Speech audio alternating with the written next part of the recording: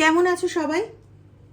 আজকে যে মেসেজটা ডাউনলোড হয়েছে সেটা হচ্ছে এরকম যে কেউ বা কিছু জন মানুষ তোমার ওপর, বিশেষ করে তোমার ওপর, কারো কারো ক্ষেত্রে পেয়েছি যে তাদের পুরো পরিবারের ওপর বিভিন্ন রকম কদর্য উক্তি করছে, বিভিন্ন রকম দোষারোপ করছে, যেখানে দোষটা কিন্তু তোমার বা তোমার পরিবারের কারোরই নয়।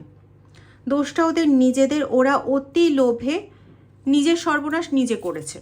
কিন্তু ওই যে নিজের চোখের দিকে, মানে নিজের দিকে কেউ তো কখনো আঙুলটাকে বাঁকায় না, না, আঙুলটা সবসময় এরকম রাখতেই পছন্দ করে। তুমি দোষ করেছো, তুমি দোষ করেছো, তুমি দোষ করেছো, তুমি দোষ করেছো। আমি দোষ করেছি এটা বলতে গেলে পরে ওই আঙুলটা একদম গুটিয়েই যায়। আমি দোষ করেছি এটা হয় না।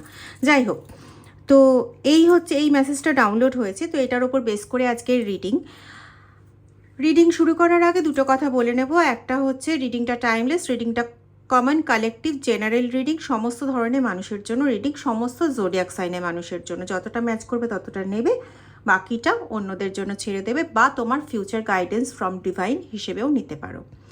দ্বিতীয় আরেকটা কথা বলার, সেটা হচ্ছে যারা আমার থেকে পার্সোনাল রিডিং নিতে চাইছো তারা দেখবে ভিডিও ডেসক্রিপশন বক্সে দুটো হোয়াটসঅ্যাপ নাম্বার দেওয়া আছে। তার মধ্যে একটা হচ্ছে এই নাম্বারটা 8017358735। অনেকেই বলো দিদি আমি হোয়াটসঅ্যাপ নাম্বার খুঁজে পাচ্ছিলাম না, অন্য আরেকজনের কাছ থেকে নিয়ে দিয়েছি, বা একজনের কাছে শুনেছি দিদি আপনি মুখে বলছিলেন, আমি লিখে নিয়েছিলাম, তাই আপনার সঙ্গে কন্ট্যাক্ট করতে পেরেছি। তো এখানে একটা লেখা আছে, আরেকটা নাম্বার আমি মুখে বলে দিচ্ছি, 9062656579। ঠিক আছে, এই দুটোর মধ্যে যে কোনো একটা নাম্বারে হোয়াটসঅ্যাপ করে আমার সঙ্গে যোগাযোগ করো, কল প্লিজ করো না। ওকে। আর তৃতীয়, তোমাদের সকলের কাছে না আমার অনেক অনেক ধন্যবাদ জানানোর আছে। তোমরা যারা চ্যানেলে ডোনেট করছো তাদের ধন্যবাদ জানাই, যারা প্রত্যেক দিন ভিডিও শেয়ার করছো তাদের ধন্যবাদ জানাই, আর যারা লাইক কমেন্ট করছো, সাবস্ক্রাইব করছো, তোমাদের সবাইকে অনেক অনেক ধন্যবাদ। তোমরা খুব ভালো থাকো, তোমাদের আগামী দিন খুব শুভ হোক, এই প্রার্থনা মহাদেবের চরণে জানাই। চলো রিডিংয়ের ডিটেলসে ঢুকবো।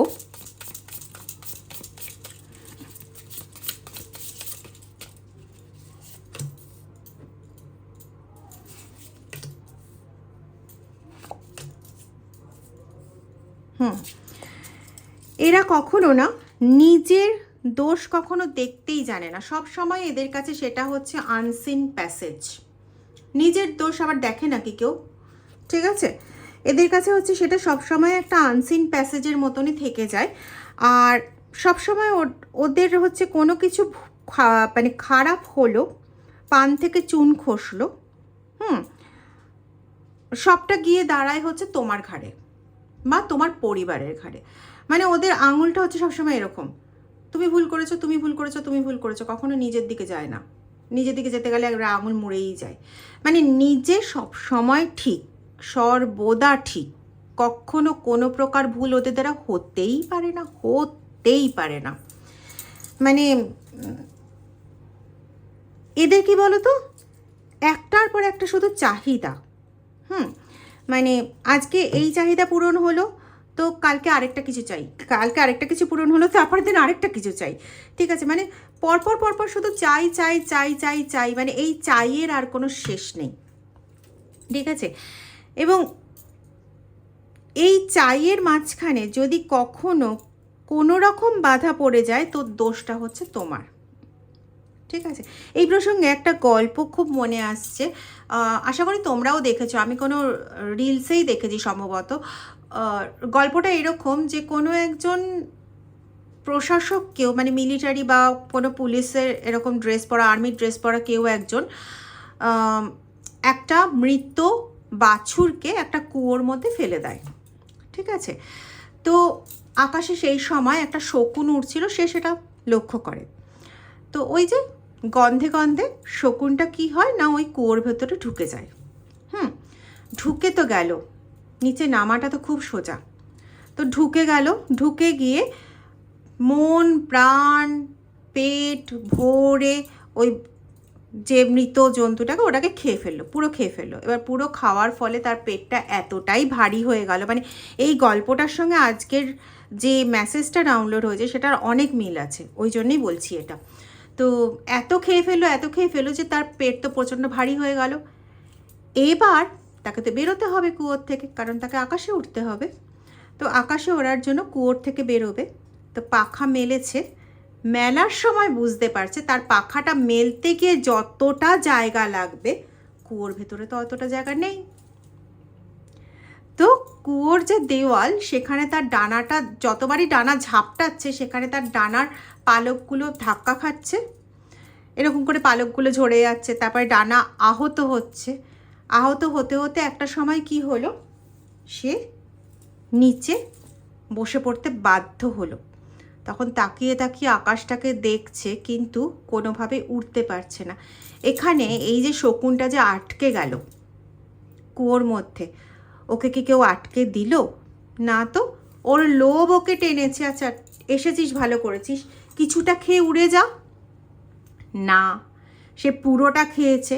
খেয়ে তার উদর এতটাই ভরে গেছে, পেট এতটাই ভরে গেছে যে এতটা ভারী হয়ে গেছে, সে ওই ভারের বিরুদ্ধে কিছুতেই কোনোভাবেই ও যুদ্ধ করে ওখান থেকে বেরোতে পারলো না। তার মধ্যে কুয়োর স্পেসটাও ছিল অত্যন্ত ছোট, ডানা ঝাপটানোর সময় ডানা আহত হয়, নিজে ছিল অত্যন্ত ভারী, তো দুটো মিলে আলটিমেটলি ও কুয়োর থেকে বেরোতে পারলো না। সেখানেই কিন্তু ওর জীবনটা পুরো বন্দি হয়ে গেল। তো এই যে যারা তোমার নামে দোষ দিচ্ছে, তাদের অবস্থাটা ওই অনেকটা ওই শকুনের মতন। শকুন ওখানে দোষ দেবে কার? বাছুরটার দোষ দেবে, না বাছুরটা এত কেন মাংস ছিল, ও নিজের দোষটা দেখবে না, ও কেন এত খেলো, বাছুরটার কেন এত মাংস ছিল। আর আরেকজনের দোষ দিতে পারে, ওকে কেন এনে ফেললো ওখানে, তো ওর দেখে ঢোকা উচিত ছিল না, ওর বুঝে খাওয়া উচিত ছিল না। তা তোমার শত্রুর হয়েছে এরকম অবস্থা, যখন দেখেছে বাবা আমি তো এখানে ভালো খেতে পারবো, ঢুকে গেছে। হ্যাঁ, যা কাজ করতে বলেছে সেরকম ধরনের কাজ করেছে, যত নোংরাই হোক, তার জন্য যত নিচে নামতে হোক, সব কিছু করেছে। এখন যখন পালানোর পথ পাচ্ছে না, এখন দোষটা তোমার। বা রে বা, বা রে বা।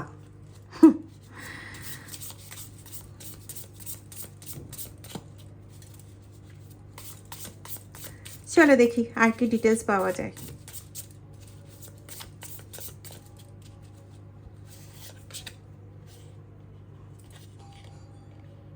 দ্য মিরর, যেমন কর্ম তেমন ফল।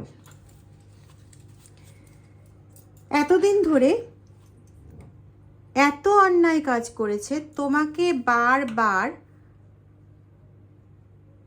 মাটিতে পুঁতে দেওয়ার চেষ্টা করেছে, বারবার বিভিন্নভাবে। সেখানে আজকে যদি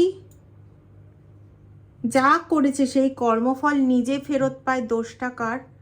কর্মটা যে করেছে তার দোষ, নাকি যার ওপর কর্ম করা হয়েছে তার দোষ? কিন্তু এদের যুক্তি তো একটাই, দোষটা তোমার।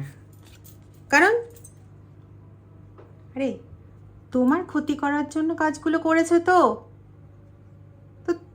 তুমি আছো না এর মধ্যে, তাহলে দোষটা তো তোমারই হবে।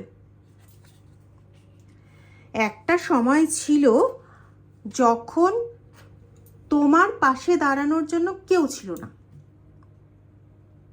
তখন তোমার একার বিরুদ্ধে যুদ্ধ করলেই হয়ে যাচ্ছিল। তারপরে হঠাৎ করে দেখা গেল, কারো কারো ক্ষেত্রে, সবার ক্ষেত্রে না, তোমার বাড়ির কেউ না কেউ, এখানে যেটা ভীষণভাবে আসছে সেটা হচ্ছে তোমার সন্তান, সে তোমাকে যখন সাপোর্ট করতে শুরু করলো, সেও একটা ধাক্কা খাওয়ার পরেই তোমাকে সাপোর্ট করতে শুরু করে।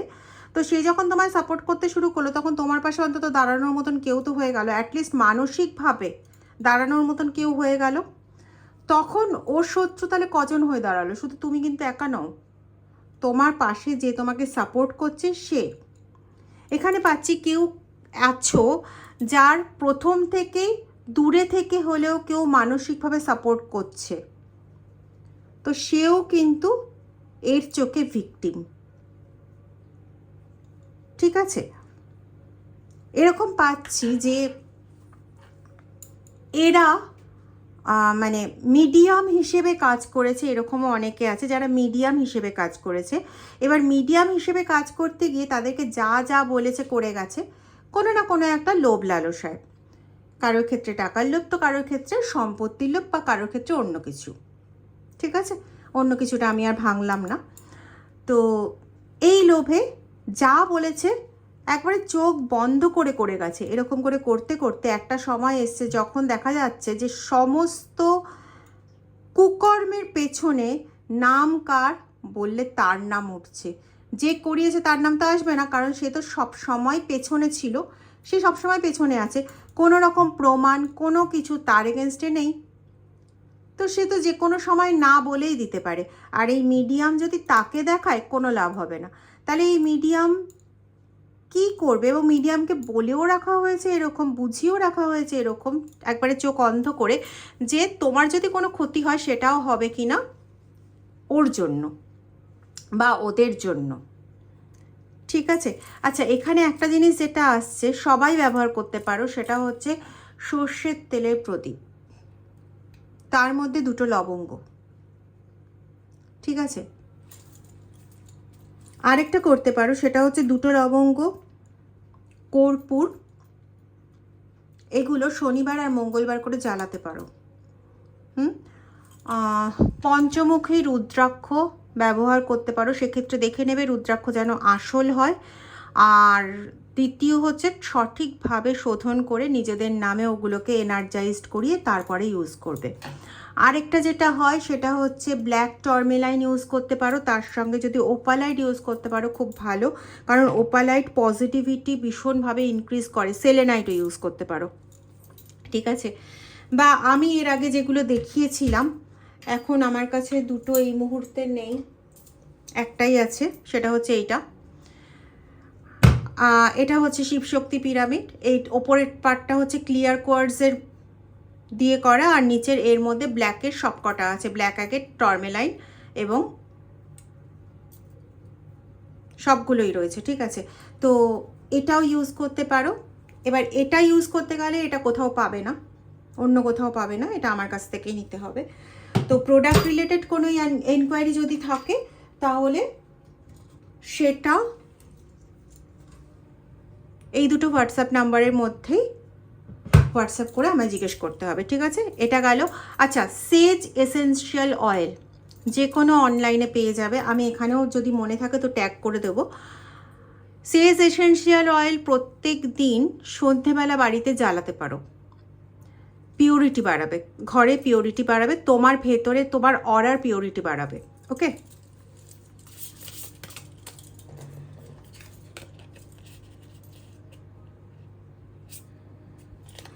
এরা অ্যাকচুয়ালি না তোমার জীবনের ক্রিয়েটার হতে চেয়েছিল, মানে ওরা যেভাবে তোমার জীবনের চলার পথটা ক্রিয়েট করে দেবে তুমি কেবলমাত্র সেইভাবেই চলবে। এটা ওদের ভীষণভাবে একটা ইচ্ছে ছিল বা ইচ্ছে আছে। এবার ওরা দেখছে যে কোনোভাবেই না ওদের এই ইচ্ছেটা পূর্ণ হচ্ছে না, আর যখন পূর্ণ হচ্ছে না তো সেটা ঠিক আছে, কিন্তু ওরা না লোকের কাছে একটা হাসির পাত্রতে পরিণত হয়ে যাচ্ছে। এবার কে চায় বলো তো বুড়ো বয়সে হাসির পাত্রতে পরিণত হতে? মানে বুড়ো বয়স মানে আমি কিন্তু এটা মেনশন করছি না যে শত্রুরা সবাই বুড়ো বা বুড়ি, মানে দেখো 27 বছরের ওপর 30 বছরের ওপর বয়স মানেই তো বয়স হয়ে গেছে না তাদের। আর দেখো যত কম বয়সী হোক বা যত বেশি বয়সী হোক, এটা তো মানবে যারা 5-6 বছর ধরে কন্টিনিউয়াস কুটনিগিরি করে চলেছে, হয়তো আমার এটা বলা উচিত হলো না, তাদেরকে কি বলবো বলো তো, মানে তাদের বয়স তো হয়েছে নাকি। যাই হোক, জানি না তোমরা কতটা আমার সঙ্গে সহমত হবে, কিন্তু এখানে এটাও পাচ্ছি কোনো এখানে থার্ড পার্টি আছে, তোমার পার্টনারের থার্ড পার্টি, যে তোমার পার্টনারের পার্সোনালিটিতে প্রচণ্ডভাবে ইমপ্রেসড, তার থেকেও বেশি ইমপ্রেসড হচ্ছে, মানে তার থেকে অনেক বেশি পরিমাণে ইমপ্রেসড হচ্ছে তার সম্পত্তির প্রতি, তার ইনকাম সোর্সের প্রতি, বা তার ক্ষমতার প্রতি। এক একজনের ক্ষেত্রে এক এক রকম। তো এও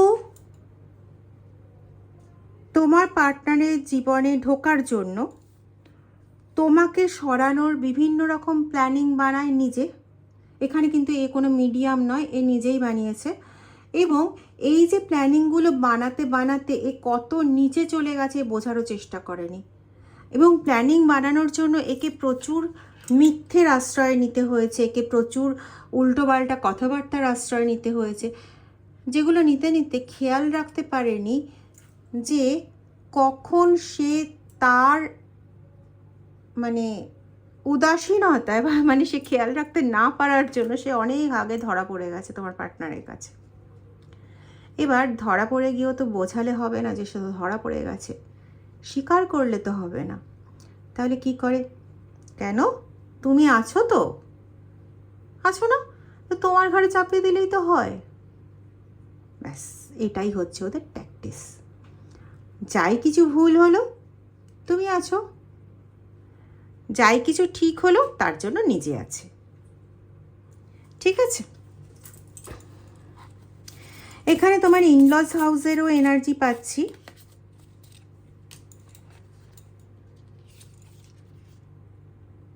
যে বা যারা, একটা গ্রুপও এখানে হতে পারে, যে বা যারা নিজেকে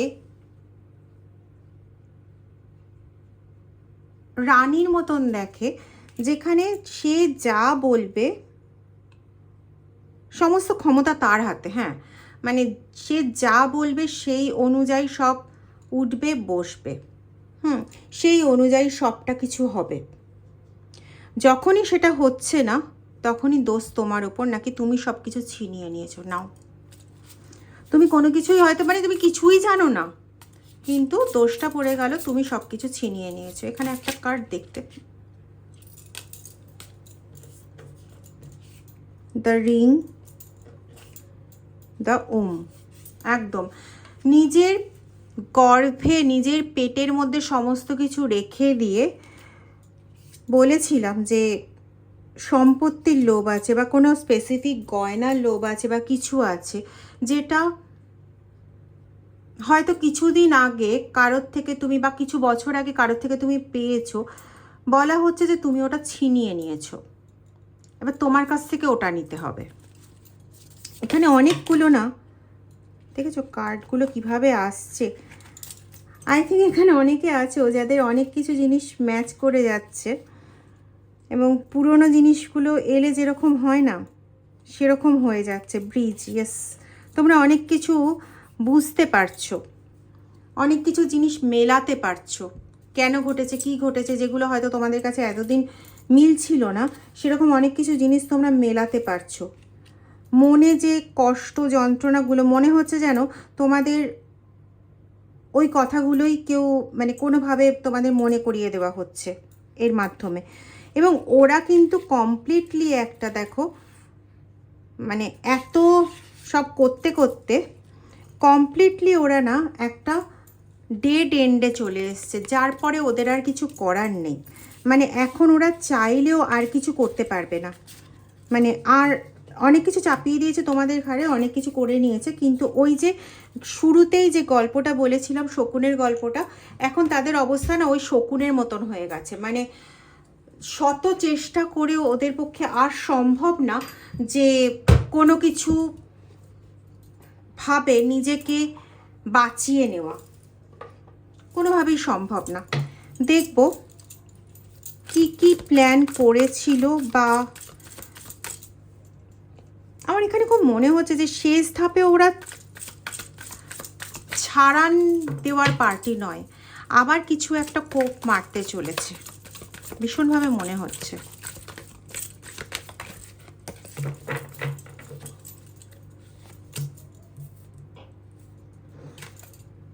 আচ্ছা, এখন ওরা পরিস্থিতিটা দেখার জন্য চুপ করে আছে, যে তোমার ওপর দোষ চাপিয়ে কোন দিকে যায় পরিস্থিতিটা, এবং পরিস্থিতি অনুযায়ী, তোমার টাইপের তো এরা নয়, তো পরিস্থিতি অনুযায়ী এরা কিন্তু এদের চালটা, নেক্সট চালটা চালবে।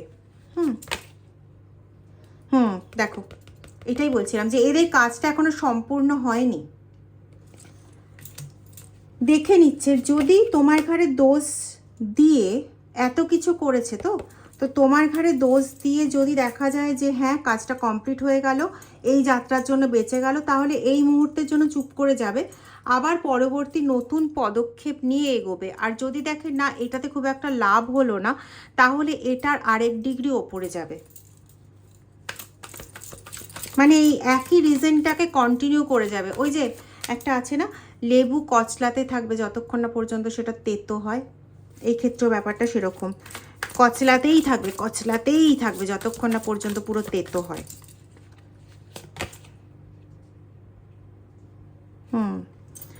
তোমার চারপাশে, শুধু তোমার চারপাশে না, ও আচ্ছা, বাপরে এই তো ভীষণ শেয়ানা। একদিকে তোমার চারপাশে বাউন্ডারি ক্রিয়েট করতে চাইছে, যেটাকে পেরিয়ে তুমি আর এগোতে না পারো, এক। দুই, তোমার পার্টনারের চারপাশে বাউন্ডারি ক্রিয়েট করতে চাইছে, যেটাকে ক্রস করে সে তোমার কাছে আসার কখনো চেষ্টা না করে। মানে তোমাদের মধ্যে টাসেলটা এতটা বাড়িয়ে দেবে যে এখন যে সে তাও মাঝে মাঝে তোমার কাছে আসার চেষ্টা করে, বা তোমার কথা বোঝার চেষ্টা করে, বা তোমার সঙ্গে একটা দুটো কথা বলার চেষ্টা করে, কারোর মাধ্যমে হোক বা যেভাবেই হোক না কেন, সেই জায়গাটা পুরোপুরি বন্ধ করতে চাইছে, ঠিক আছে।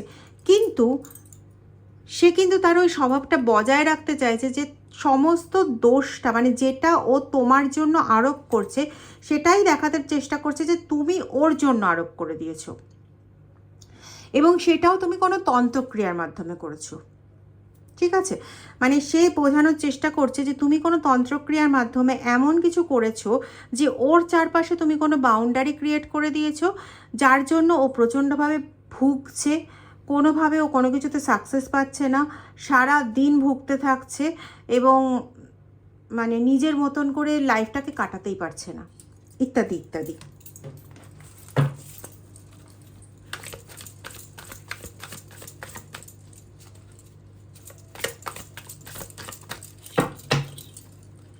এবার বোধহয় ভগবানও অজ্ঞান হয়ে যাবে। মানে তুমি তন্ত্রের কাজ করছো, এই দেখো ক্রিটিসাইজ করছে, কন্টিনিউ তোমার এগেনস্টে ক্রিটিসাইজ করে যাচ্ছে। উদ্দেশ্য কিন্তু একটাই, যে মানুষের লক্ষ্যটাকে অন্যদিকে ঘুরিয়ে রাখা, যাতে তার দিকে কোনো রকমভাবে আঙুল না ওঠে, মানে তার দিকে কোনোভাবে ভাবতেই না পারে যে এ কি কোনো রকমভাবে দোষ করছে, এটা যেন ভাবার জায়গাতেই না থাকে।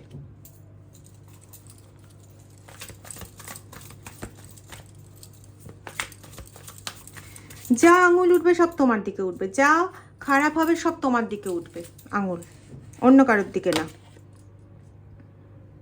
নিজেকে সবসময় গার্ড করে রাখছে। ইভেন তুমি যদি কখনো বোঝানোরও চেষ্টা করো যে কি হচ্ছে তার সঙ্গে, অ্যাকচুয়ালি সে কখনোই এটা বুঝবে না, এবং এই ধরনেরই কথাবার্তা আসবে যে একটা ভালো ছেলেকে বা ভালো একটা মেয়েকে তুমি তোমার মতন নোংরা চোখে দেখছো,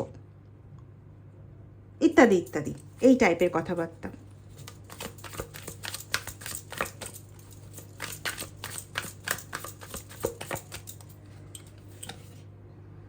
বার্নড আউট,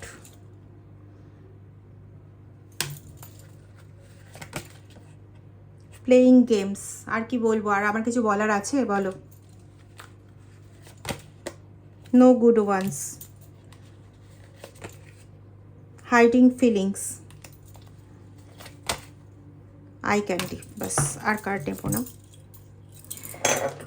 যাতে তোমার সঙ্গে কোনো ভালো কিছু না ঘটতে পারে তার জন্য, বা তোমাদের জীবনে ভালো যাতে কিছু না ঘটতে পারে তার জন্য কন্টিনিউ এমন গেম প্লে করে চলেছে যে জীবনটা পুরো পুড়ে ছারখার হয়ে যাবে, এবং তার নিজের যে ভেতরে কি অ্যাকচুয়ালি রয়েছে সেটাকে কিন্তু কন্টিনিউ হাইড করে চলেছে, কন্টিনিউ সেটাকে হাইড করে চলেছে।